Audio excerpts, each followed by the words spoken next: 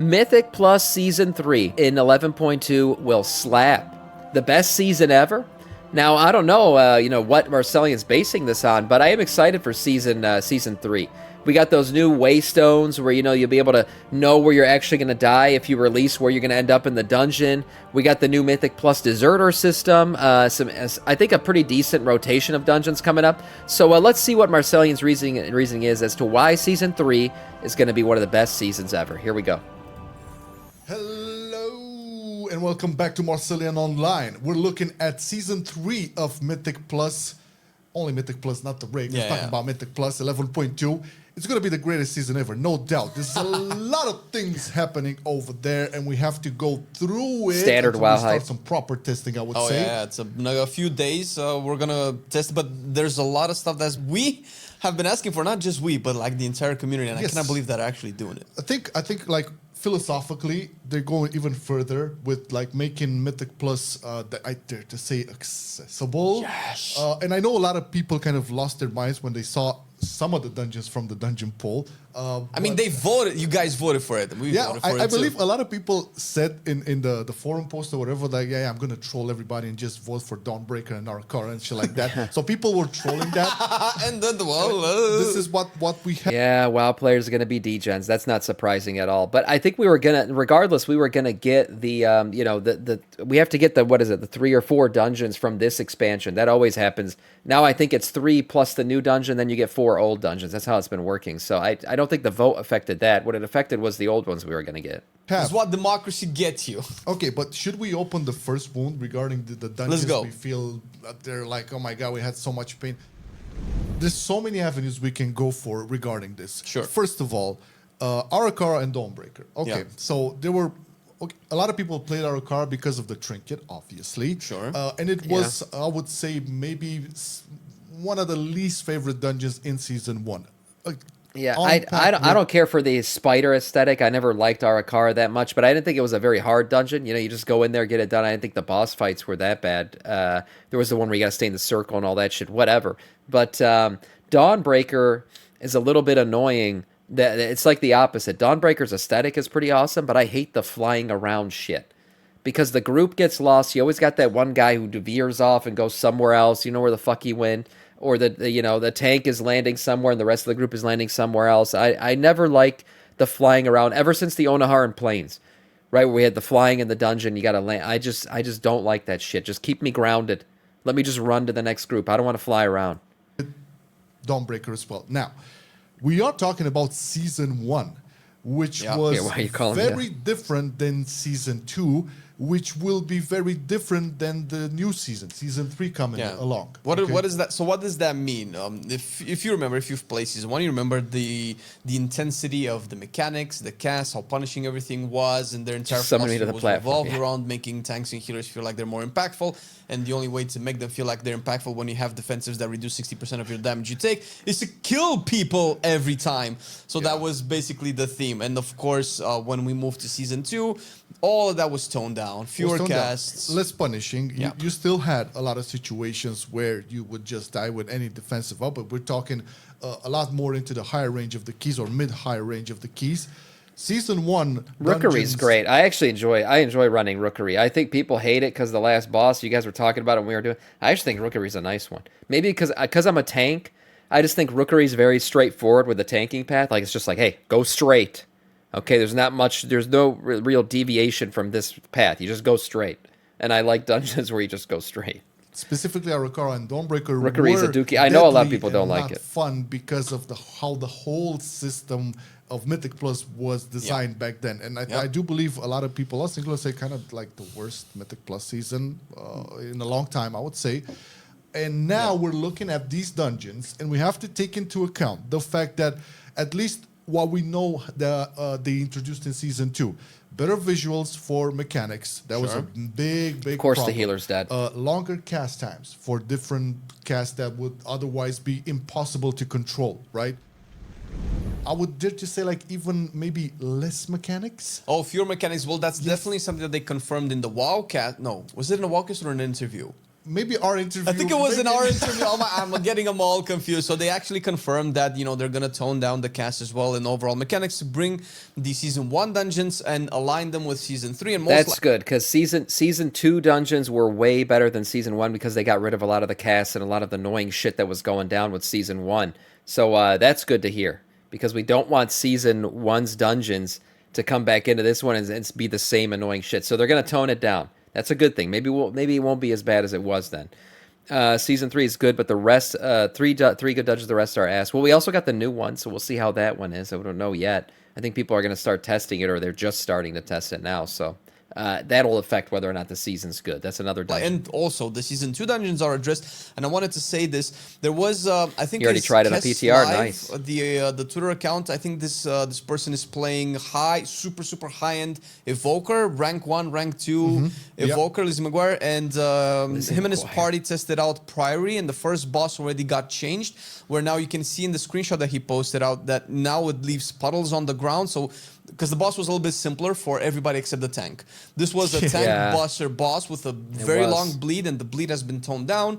And now you have a couple of extra mechanics to get you engaged with the fight. So the bleed is no longer a thing. Now it's a kiting fight. You got to kite around, get out of the puddle. Just have to plant your feet and just do that boss. It was a very static fight, and it was the most... very different from the rest of the dungeon. Yeah, and that's a good sign. But this is one of the dungeons that is... Just as an example, a recent dungeon, I understand why people hated the fact that they put in Dawnbreaker and Aracara, but I strongly believe these dungeons on their core, they're actually fun dungeons, especially Dawnbreaker. I always loved the concept of it and the whole moving around and how you go from place to place. Yeah. Sure, there was a lot of problems with it, but again, in Season 1, I feel...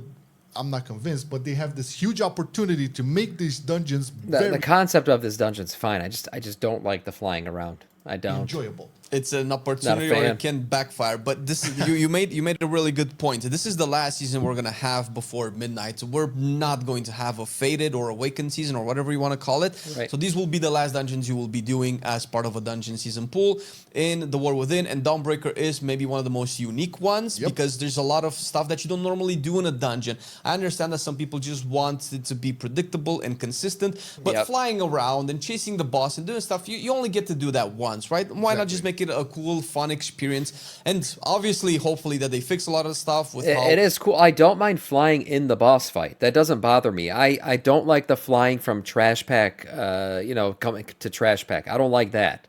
That's what annoys me, because it just creates a lot of confusion in the group, especially when you're pugging it and people just fly in random ass directions and die, and then you got to worry about them rezzing and pulling some random shit, or I don't know what. The flying during the boss fight, those mechanics are fine. They're actually kind of fun. Why is it that my favorite dungeon? Why it was my favorite dungeon in the whole War Within? I just don't like the flying. I just don't like, because people don't know where to land, or people land at different times, and when somebody's flying, they can't heal the tank. It's just awkward. The timing of the whole thing and the positioning is awkward at times. Sometimes pets get bugged on the ship, so I'm talking from that perspective. Don't really travel all around, or how you blink in place as a goddamn mage. How many times that happened, I cannot just wrap my head around it. There was a ton of bugs, but also you have to take into account Dawnbreaker was a very short dungeon, and just having a lot more of the stuff that was happening there streamlined, and also squashing down a lot of the bugs think it has good boss fights. Kind of annoyed by in season 1. I feel it's great. So I'm not mad at all about these two dungeons making it. On the contrary, they're some of the best ones in the War Within period. But how about them Shadowlands dungeons coming back, baby? Boy, I am super excited. We talked about this so many times. Yeah. If one of the good things Shadowlands had for going for itself was a lot of the dungeons being cool and engaging, and yet the layout was great, and the mobs and so on. I like Tazavesh a lot. I thought Tazavesh was really cool. The aesthetic was cool. The boss fights, the pulls, everything about it, the music. I like Tazavesh a lot. So I'm happy to see that it's coming back in 2 forms, actually. It's coming back in a broken down Mythic Plus version, and then it's coming back in like a 5-man. They're calling it like a mini raid. Basically, the version of it where you clear through the entirety of it, the entire mega dungeon at once, is now scaled to a +10 difficulty with pretty cool loot in terms of item levels. So this is going to be a fun one to run again for sure. And so far, I'm actually. You didn't play Shadowlands? You're in for a treat with this one. This dungeon's really cool. how they're going to implement their new philosophy regarding Mythic would Plus be so cool, in these new ones. So obviously we have the Tazavesh, like the two Tazaveshes. Bro, okay, since we're here, I do have to say, I'm not going to spoil anything for anybody because I've been on the PTR and done the intro quest with the Tazavesh. Dude, the brokers are cool as fuck. And it's nobody really, like... Damn, the brokers are my people. The brokers smoke hookah. Hell yeah. I should invite them to my garage someday. Nobody really, like, very few people like Shadowlands, but the fact that they actually tied the brokers with ethereals is so cool, and it brings the best parts of Shadowlands into the retail version. They did have many good parts. So. Yeah, well, I mean, Halls of Atonement and Tazavesh, man, some of the best dungeons. Halls of Atonement, one of the best dungeons they ever. I always love that dungeon. Yeah, it's like I'm hoping the pools remain the same because I always loved that first pool in Halls of Attunement, like when everything was gathered up and you like, oh my god, DPS, you need to wait patiently for the tank to gather every corner of the first intro in the dungeon. So you think they'll have a season 4 with all 3? No, we're not doing a Fated or Awakened season. That was already confirmed. It's not going to happen. That's never going to happen again unless something bad happens. But that was just like a holdover season in Shadowlands. That wasn't planned. It's not supposed to be that way. So no, we won't see that anymore. They need to. Why do we get 2 Tazavesh runs? Well, I mean, I think it's pretty obvious. If they're reworking the entire dungeon in terms of work, it creates less work for them, right? They're already redoing the entire dungeon for the giant run and at least one version of it to run in Mythic Plus. So yeah, why not just give us 2 of them? Yeah, I think that was just a work thing. That's why they did that. What's up, Sarge? Good morning. And then everything explodes, bro. The thing with that is that now DKs don't have Abomination Limb, and there's like 4 casters in those pools unless the dungeon changes. I remember that because I was playing Pro Warrior and I was getting melted by those casts. It's true. But again, they're gonna have longer casts. They're gonna be fewer casts. So we're looking at this implementation of their new philosophy for M Plus being added to Halls of Attunement as well. They're actually redoing the Shadowlands version. Yeah, it's not a 1-for-1 exactly how we saw it in Shadowlands. They're retuning some of the boss fights, retuning some of the mob pulls and everything else to bring it more in line with like season 3 and how this the new difficulties, which is actually easier than previous seasons, how season 2 was. So yeah, they're tuning a lot of the shit. They did go back through and rework things for sure.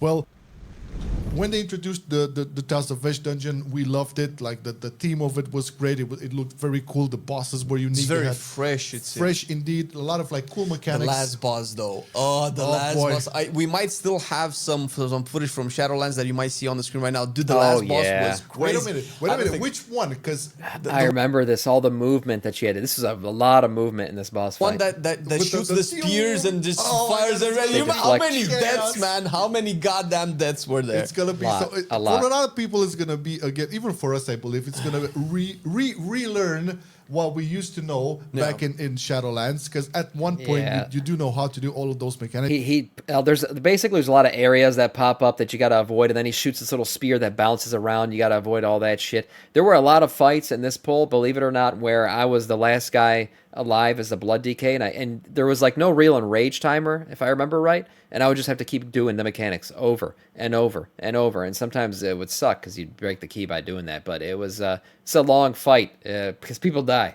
Makes sense, and it's great, but also Sam always wipes his groups. Also true.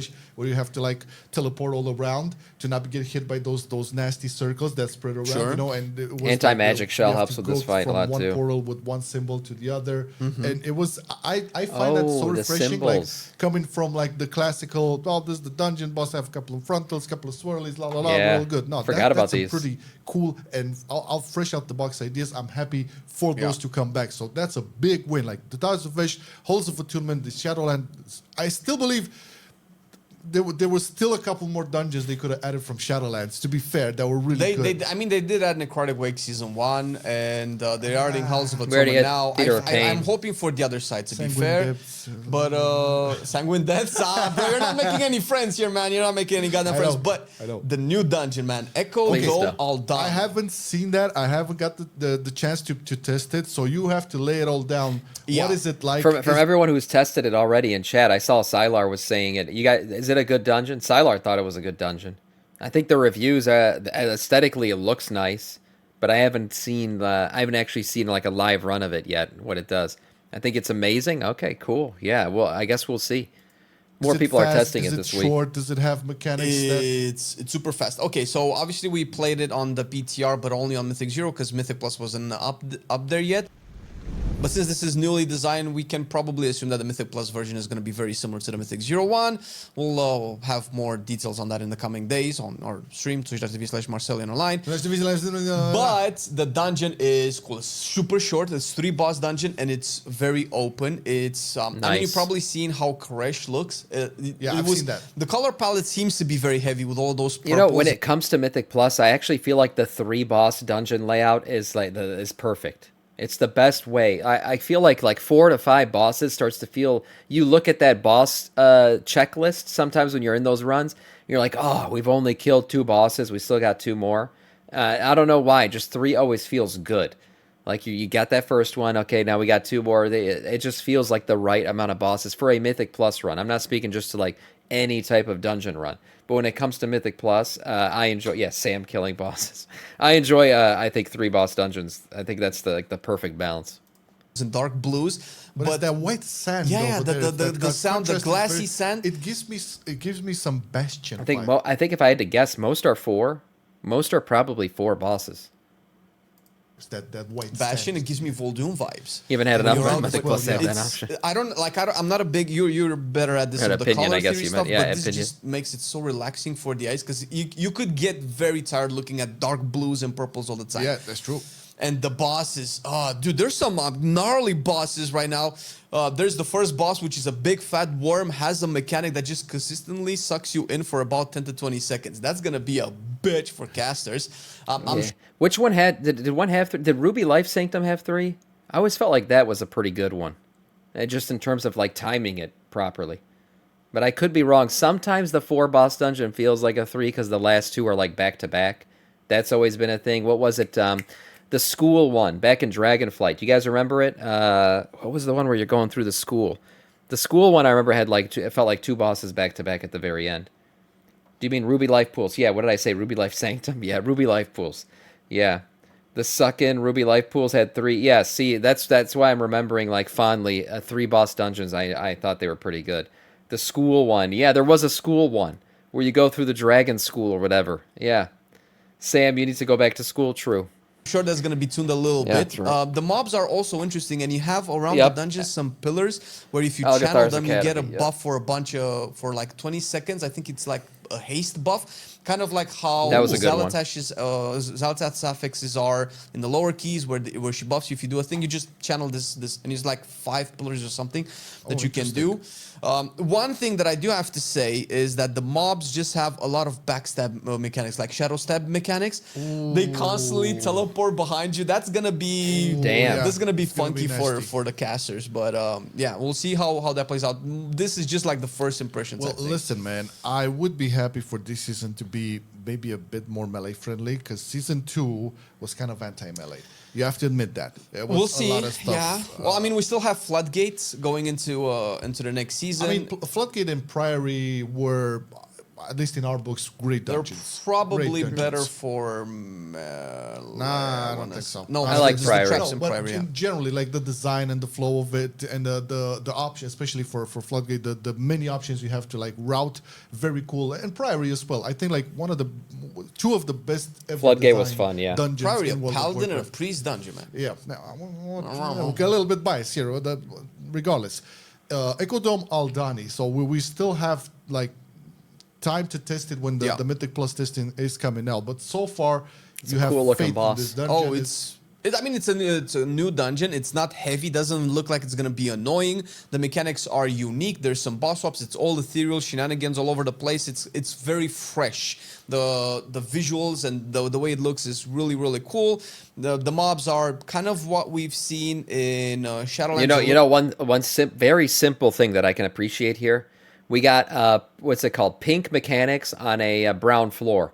Very visually, you can see it. Visually, it's easy to make sense of what's going on here. Pink mechanics, brown floor. Yeah, easy to see. I hate it when Blizzard puts like freaking black mechanics on a dark floor or I don't know, a green mechanics on a green. Like they do this thing sometimes where they overlap shit. where like the same color is on the same color floor and it's just hard to see things. This is much better. Yeah, blue on blue, purple on purple. Yeah, I don't want to see that. This is right here. I can see it very nicely. I'm worried about the raid a little bit because it looks so purple. Everything in the new raid looks so purple and black, and I'm a little bit worried that there's going to be a lot of void mechanics, and those are going to be purple and black. It's just going to be all this purpley black shit, and I can't make sense of what's going on. Yeah, we don't want green on green at all.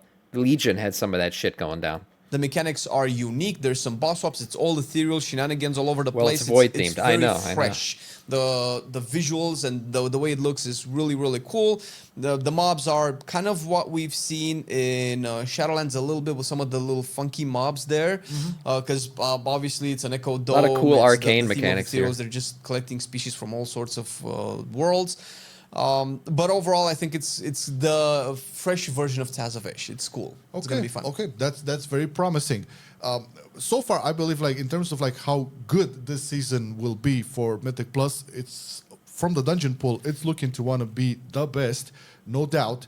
But also the fact that they're putting in the penalty system. Yes, that's the big thing. That's interesting. It is a tricky situation to be in because there's that whole, I don't know if you got all the info in, but they want to put this type of shit where you have like in League where you want to forfeit a match. It's gonna be similar if you want to leave the dungeon. Yeah, consider that sounds good. That sounds like one of the best ways to do it, right? That is good. And well, this is only based on what Drew D'Souza mentioned in the Wowhead interview. It's like, we're not ready to share all of the details, but one of the details is that you're gonna have like, you're not gonna be like permanently banned or something, but you will be marked. Yeah. So people will see if you leave without the voting. Not only that, we saw this morning from the data mining that your group will be marked. So like if you want to try to hide an abandoner, remember I was talking about it? Like say your friend is marked as somebody who abandons Mythic Plus or a deserter, you can't hide them in your group by putting yourself as the main lead. Because anybody who looks at your group in queue will the message is this group has a person who is labeled as a deserter.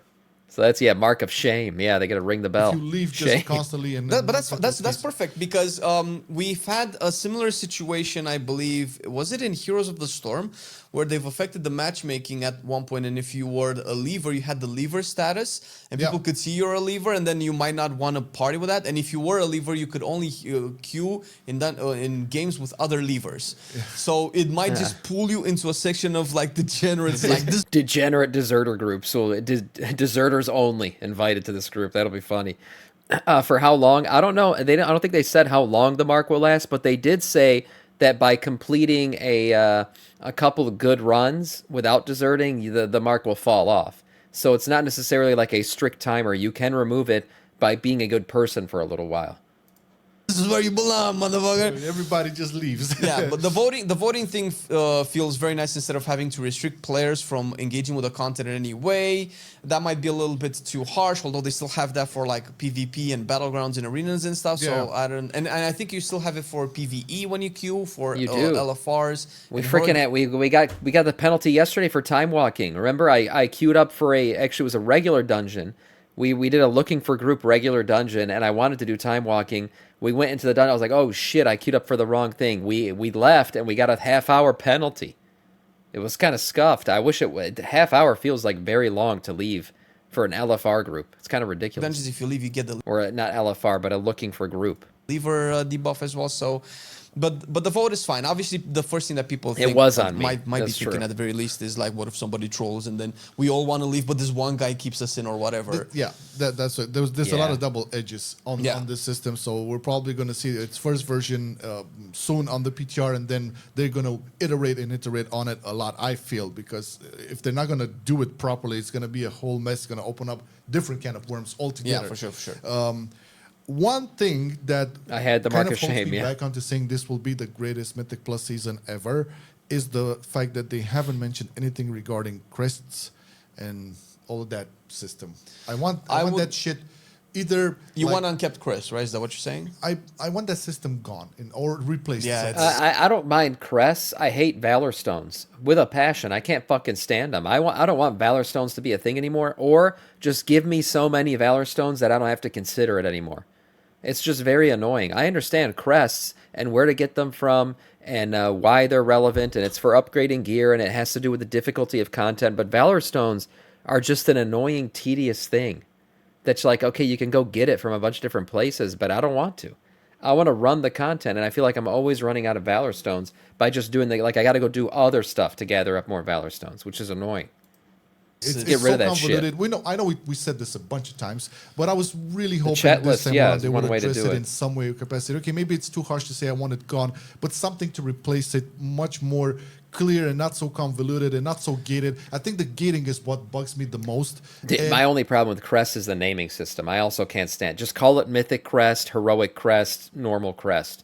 I don't need the dwarvy, stony, heroic pop, finger popping red crest of the Algari. I don't need a fucking 30 syllable crest name.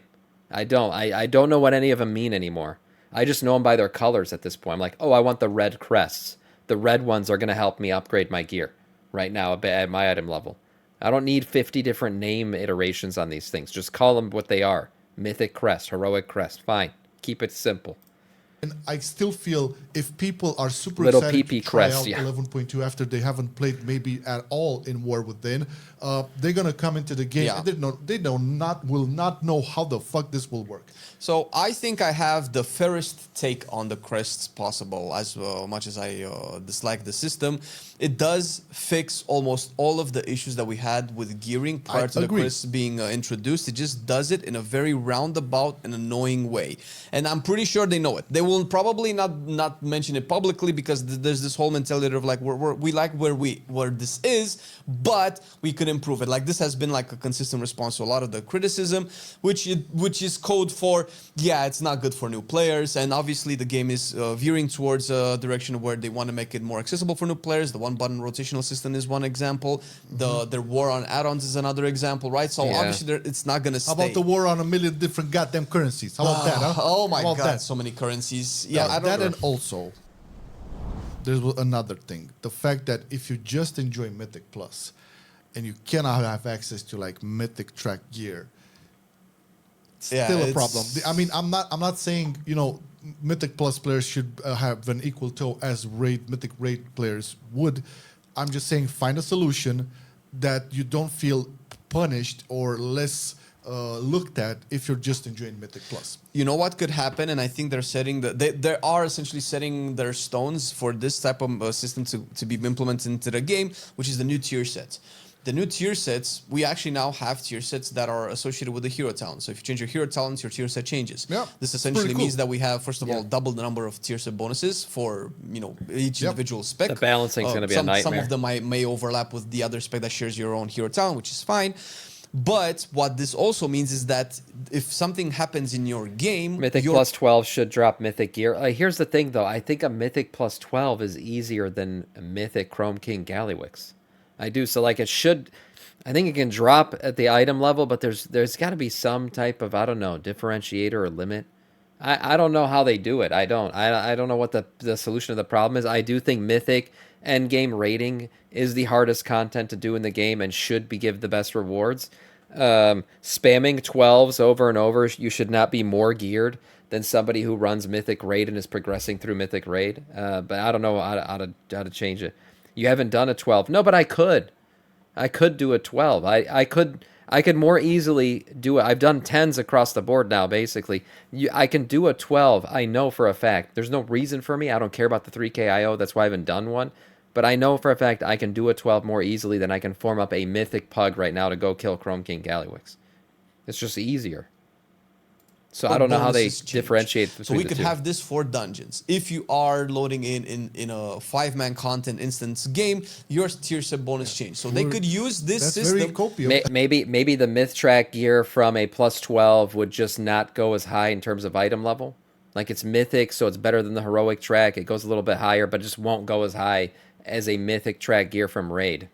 Maybe that's how they do it. Yeah, they could use this to change into a bonus that's just stronger in Mythic Plus, irregardless of your eye level. So yeah, Tidewell, I agree. People can, because there's no limitation on Mythic Plus. The Raid is locked. You are locked out once a week. You cannot. but people can spam the shit out of 12s, and yeah, you're right. People will gear out within the first 2 weeks, fully mythed out beyond mythic raiders. It just doesn't make sense to me that to be able to have that level of gear coming that quickly.